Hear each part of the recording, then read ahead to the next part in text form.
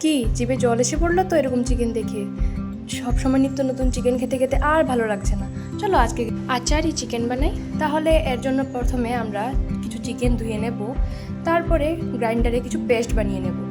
তার জন্য নিতে হবে আমাদের শুকনো লঙ্কা, কালো জিরে, জিরে, হলুদ, মরিচের গুঁড়ো, ধনে গুঁড়ো। তারপর সবগুলোকে একলগে গ্রাইন্ড করে তারপর দইয়ের সাথে মিশিয়ে নেব ভালো করে।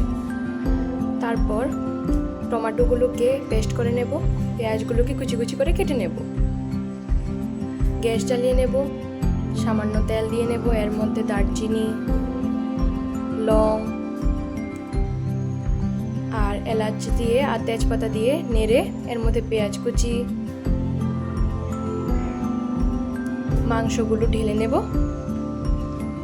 একে একে সব মাংস একসাথে ঢেলে ভালো করে মিশিয়ে নেব। হালকা কাঁচা ভাব চলে গেলে এর মধ্যে আমরা অন্য মিশ্রণও দিয়ে দেব। কাঁচা ভাবটা চলে গেছে, তারপর দিয়ে দেব টমেটো পিউরি, সামান্য নুন, তারপর একটা রসুন। আমি এটা খেতে পছন্দ করি তাই দিলাম, আপনারা দিতে পারেন নাও দিতে পারেন, আপনাদের মর্জি। ভালো করে মিশিয়ে নেব এটাকে।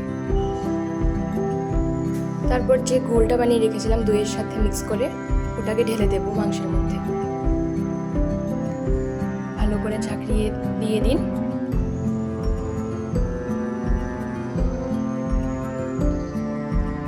তারপর একটু জল মিশিয়ে এটা ঢেলে দিন।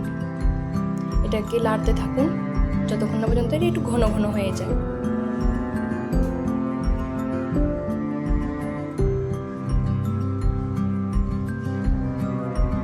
তারপর কিছু কাঁচা লঙ্কা দিয়ে দেব, আরো সামান্য কিছু, এবং লাড়তে থাকবো কনস্ট্যান্টলি।